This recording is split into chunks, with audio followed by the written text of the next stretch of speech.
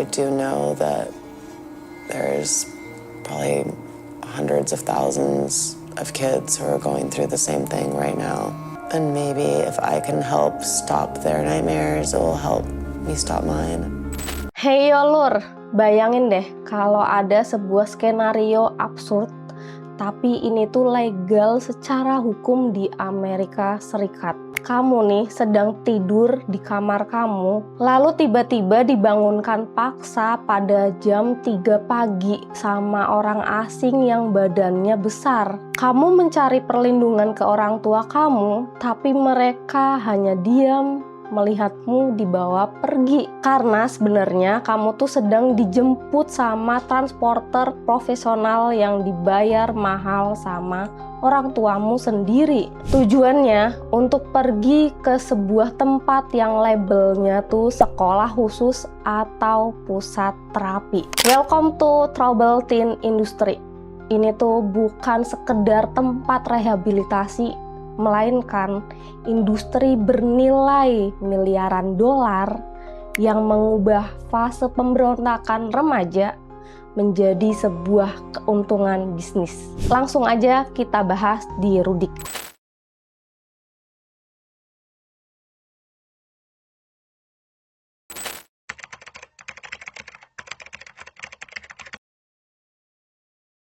Jadi sebenarnya apa sih Trouble Teen Industry ini, atau singkatnya TTI? Kalau kalian lihat ya dari brosur-brosurnya, indah banget lur. Gambarnya tuh anak-anak remaja lagi hiking di gunung, senyum bahagia, ada api unggun.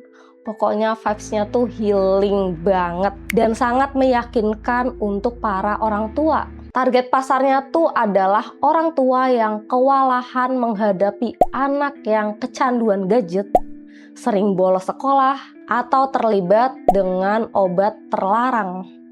Janji manisnya tuh sederhana banget lur. Berikan anak Anda yang bermasalah, kami kembalikan sebagai sosok yang patuh. Namun lur, di balik label sekolah swasta atau camp agama ini, yang seringkali minim pengawasan pemerintah, telah terjadi pelanggaran hak asasi manusia yang sangat sistematis. Komunikasi anak yang ada di sekolah ini benar-benar diputus dengan dunia luar. Privasinya tuh ditiadakan, bahkan ke toilet pun harus izin dan diawasi. Para penyintasnya tuh menyebut ini tuh sebagai neraka berbayar, di mana orang tua rela merogoh kocek hingga puluhan ribu dolar per bulannya untuk membiayai penderitaan anak mereka sendiri.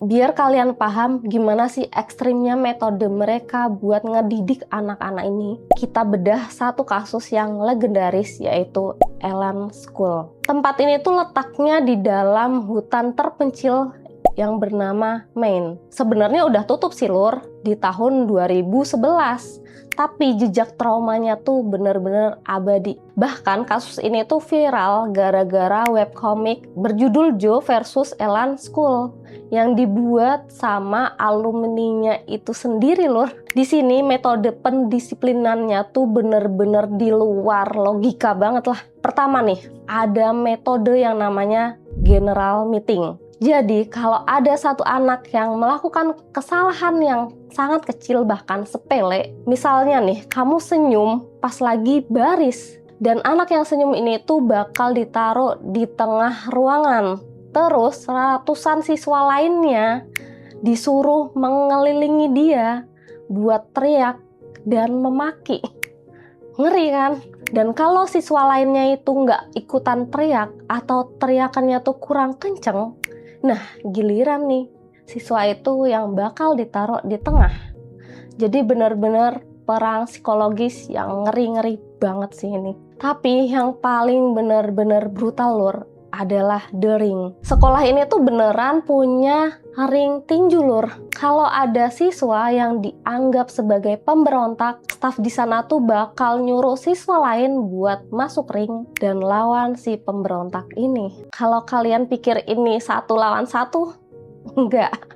Seringkali 1 lawan 5. Alasannya untuk mengeluarkan agresi negatif. Dan besok paginya kalian tuh harus sarapan bareng temen kalian seolah nggak terjadi apa-apa. Yang nggak heran ya, banyak alumninya yang keluar dari sana bukan jadi anak baik, tapi malah jadi trauma berat atau punya masalah mental yang lebih parah dari sebelumnya.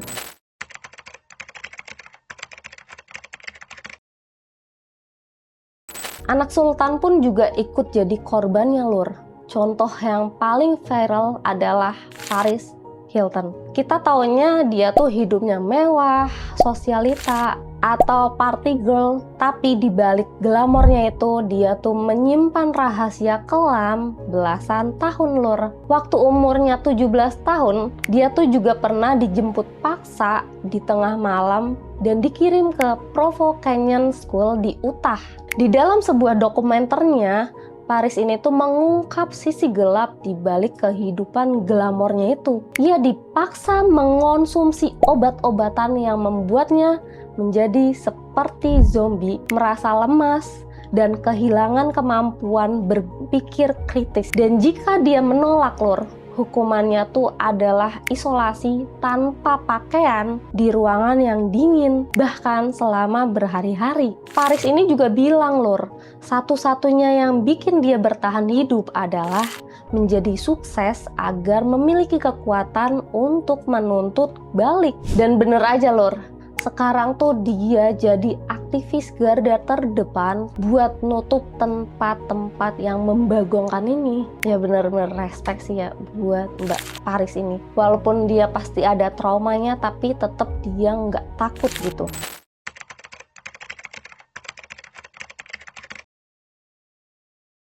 Tapi sebenarnya lur, nggak semuanya seberuntung kayak Paris Hilton. Ada nih seorang remaja berusia 16 tahun bernama Cornelius Frederick.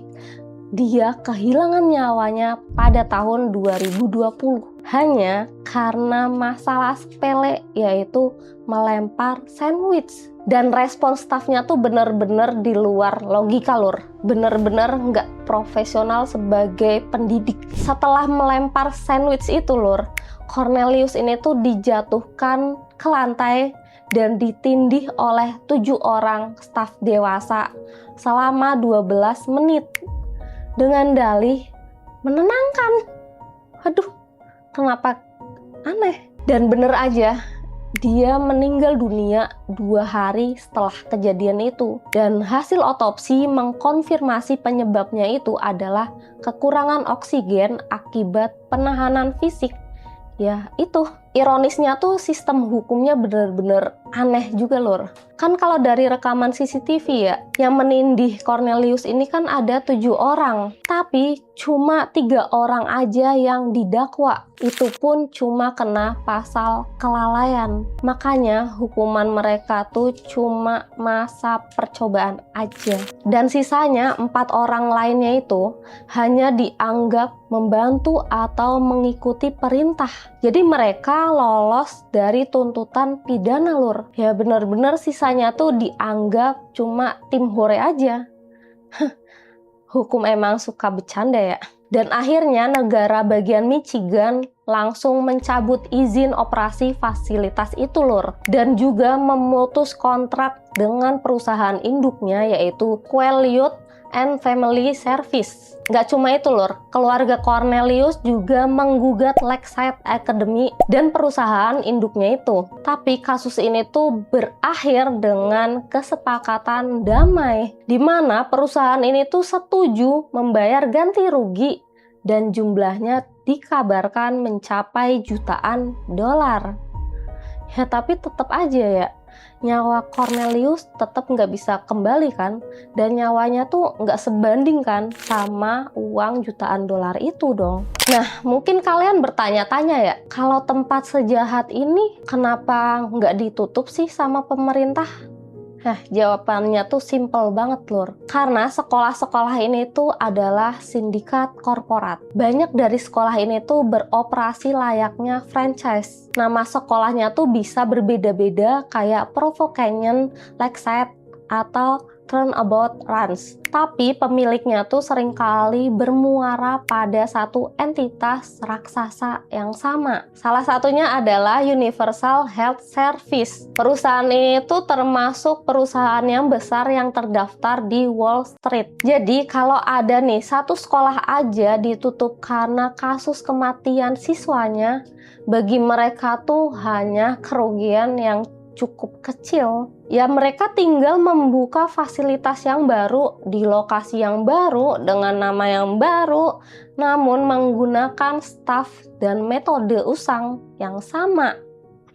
Ini tuh bener-bener lingkaran setan lur, dan bahkan diperparah oleh para konsultan pendidikan. Orang tua yang putus asa ini seringkali diarahkan oleh konsultan ini ke fasilitas tersebut lur. Alasannya bukan karena fasilitas ini tuh memang yang terbaik, tapi karena adanya komisi yang besar bagi konsultan pendidikan ini. Ya jadi istilahnya konsultan ini tuh kayak marketingnya gitu. Dan ternyata metode ekstrim yang digunakan tuh adalah sebuah warisan. Hampir semua teknik teriak-teriak dan isolasi yang mereka gunakan itu meniru sebuah sekte lawas pada tahun 60-an yang bernama Synanon. Sebenarnya lur, sekte ini tuh bener-bener udah lama bubar, tapi metodenya ini tuh di copy paste dan jadi standar operasional di industri pendidikan ini.